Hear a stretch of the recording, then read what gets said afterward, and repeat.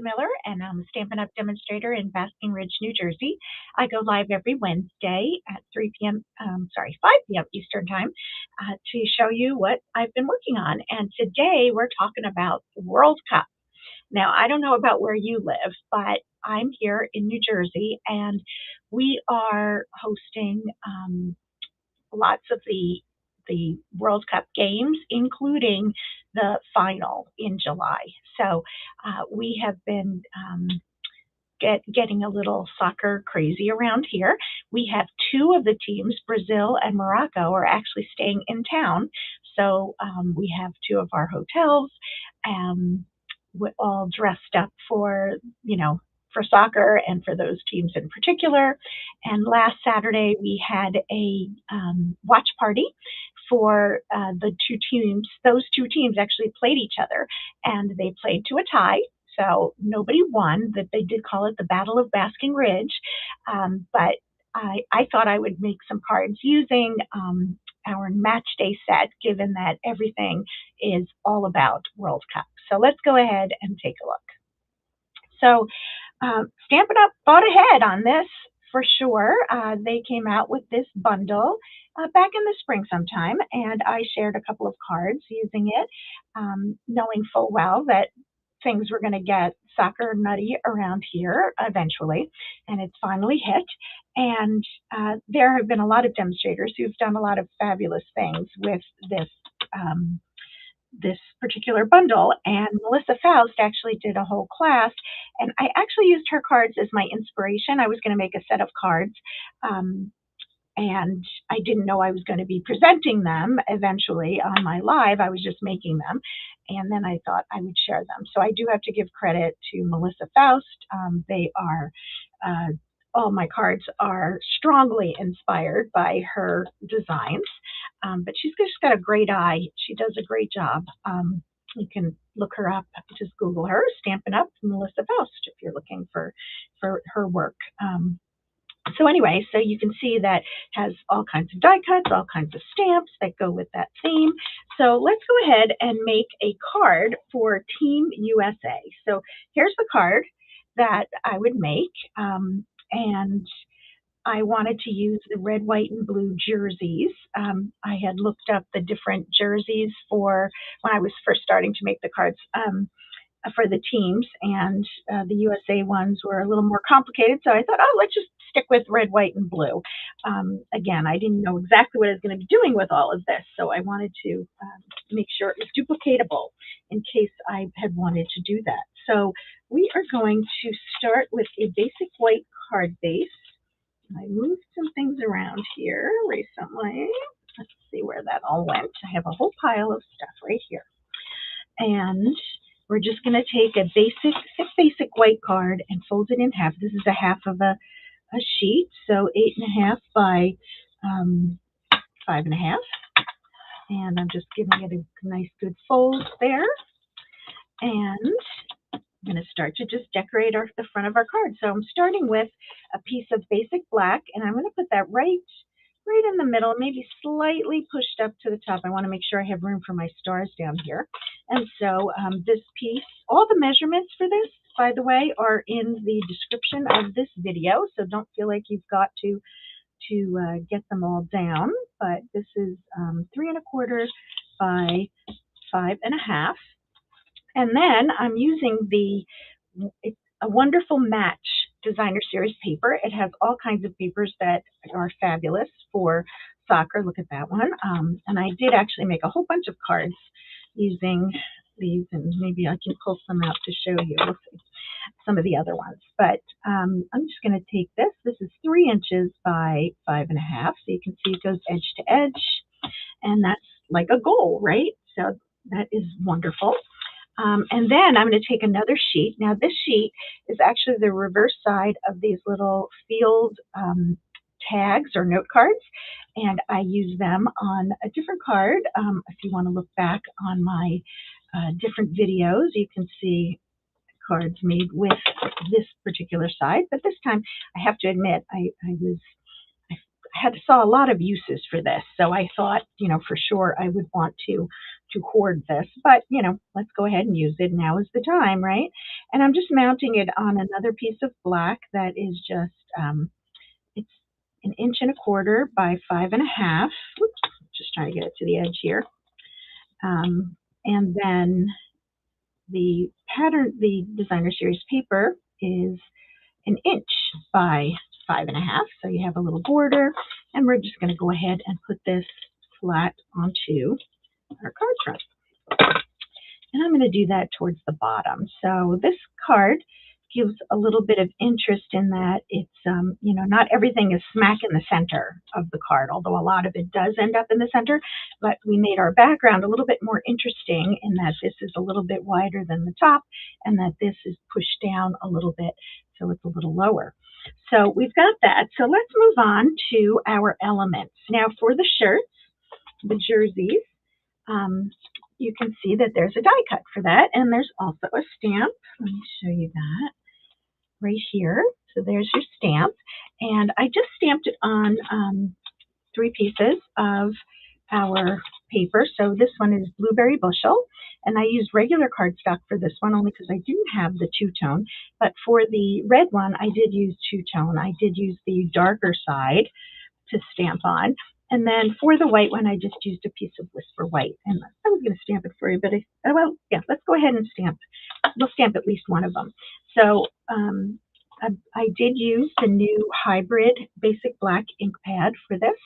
So you remember, you open it like a book so that it doesn't get caught in the seal of it, so that it stays nice and wet. And I'm just inking it up. Now, a tip you may not realize, but when the stamp is big and kind of maybe bigger or close to the size of your stamp pad, I like to ink it upside down because then I can see where I've applied my ink. And I could definitely have done it this way, but it came like right to the edges, so I just have been stamping it upside down. So I went ahead and did that, and I'm just going to put it on my, press it down, and just make sure, because this is kind of a bigger stamp, you want to make sure that oops, I guess I was talking too much, but it does stamp just fine. That was user error at the moment. Always something, right? Sometimes on the glass mat with these, and plus this is a fast drying ink, so I might have been talking too much and not going straight to the paper. But you can see I used the dies to cut out 3 of the shirts, so I stamped it on each of those colors. So there's my 3 shirts, and then I took some basic black cardstock and I die cut out this soccer ball. Okay, now I don't know the reason for this, but this soccer ball does not mount to this soccer ball. Okay, so this soccer ball, this circle, actually cuts out this stamped circle. So you can see that fits right on there perfectly. But unfortunately, this one does not. And so when you cut it out, this is what it looks like. And this may confuse people, so which is where I really wanted to show you. The other confusing thing is that then you need a circle, right? You need a white circle to go underneath it to make it look like a soccer ball, right? So I have to tell you, we no longer have it, but this is a 1.5 inch punch. And I'm sorry, 1.25. I put it away. 1.5 inch circle punch. And we no longer carry that, but if you have some circle dies, I'm sure you have one in this size, and you can see that it fits very nicely. You can also use 1 3/8 of an inch. I did that on some of my other projects. So once you get your 2 pieces together, you're just going to add this to the circle. And you can see I just used a little bit of wet adhesive for 2 reasons. One, the spots are small, and I don't get hung up on getting all the edges and everything. Pretty much it's going to stay. Remember, our wet adhesive is our strongest, and you really don't need a lot. Now you can see it's moving around. I'm trying to pick it up here. And And what's nice about the wet adhesive is that it gives you a little bit of leeway to make sure that you get it lined up just the way you want. And then you can just hold it in place. One of my downlines, Linda, always tells me to just count to 10 and it'll be good. So this is a perfect example of that. All right, so now we have our elements, or most of them. Let's go ahead and add them to the card. Now, there are a lot of layers on this card, so I'm going to go ahead and put the bottom two shirts on just with regular adhesive. You can use the wet adhesive. I'm just using my Stamp and Seal, as I usually do, and I'm just putting them just off the center because I'm going to put my red shirt in the center, and you can have them overlap a little bit if you want, but you want to have it generally centered, and then this one is going to go in the middle. So for this one, we want to use some dimensionals, so I'm going to grab my dimensionals. I'm going to use 2. You can use as many or as few as you want, but this 2 is very strong adhesive. We've got that. Oh, I thought my camera stopped there. And so we're going to go ahead and add that. And now we can add our soccer ball as well with a dimensional. And we'll put it off to the side. Now, this is another place where I deviated a little from Melissa's card. I'm just putting this off. She had some different elements on her card, and I'm just going to put that off to the side. And then let's go ahead and put our let's go. Now, I'm going to tell you something.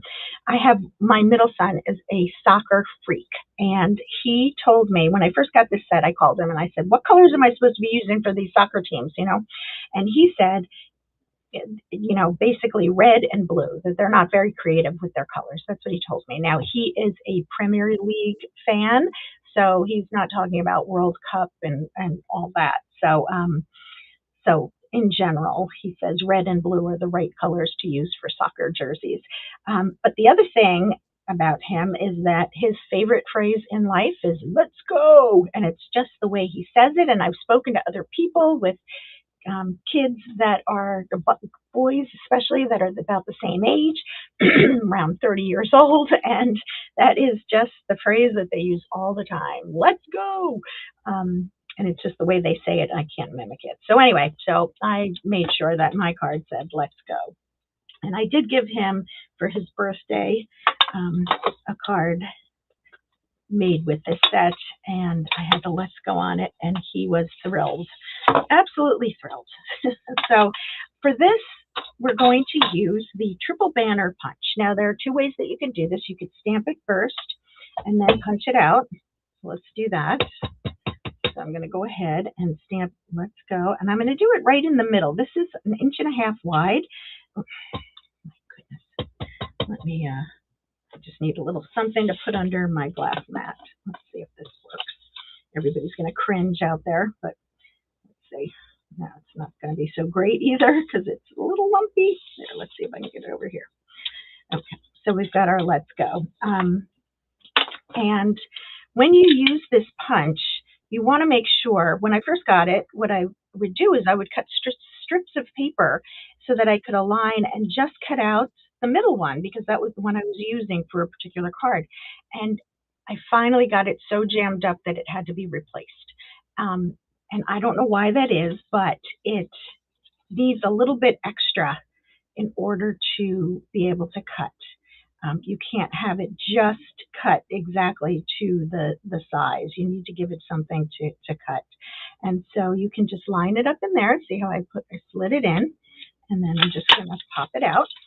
And then, of course, the other way you can go, and I do this a lot, especially with sentiments, is I'll punch it first and then stamp on top of it. But this is fine. We'll just go with this. So let's go ahead and we're going to add this to the card front. Now, one of the things I like to make sure that I do, and I'm just using regular adhesive here, but I like to make sure that I'm overlapping as many elements as possible. So I'm going to make sure that my little banner touches my soccer ball and all 3 shirts. So that is essentially centered on the card. And then the final piece is using some of these stars. These are called Wonderful Stars Puffy Stickers, and they go with the suite.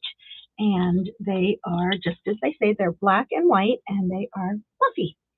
So they're very fun. And usually I use three, but for this card, because my balance is off a little bit, right? I've got this here, and I think Melissa used a whistle or something else over here, and I just couldn't get it to be what I wanted. I just decided to just use two stars over here.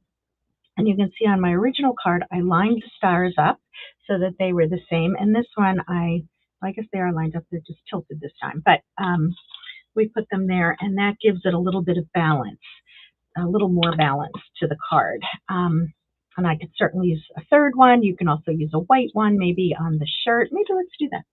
Let's do that. Let's put a white one on the shirt just to allow it that continuity. Team USA. What do you think? I think that looks really good. Okay, so that is this card, and I just wanted to show you two others that this is definitely straight from Melissa Faust, both of these cards. This is Team Morocco, and this is Team Brazil. And I just went online, looked up what their colors were, and this is what it told me. And this is what the soccer ball looks like when you stamp it. It's kind of sketchy, right? Not in a bad way, just the way that it looks. And it also uses that goal in the background and some of that designer series paper. So I thought all of these were adorable. Thank you to Melissa Faust for the designs. Like I said, these are strongly influenced by her designs. But I hope that you find some value in having some soccer cards in your stash. And if you have the bundle, it's definitely worth it to get them, especially if you have soccer fans, whether coaches or just watching on TV or children that play. This is a great bundle to have. So I highly encourage you to grab it while you can. So thank you so much for joining me, and we'll see you next week. Thanks so much. Bye.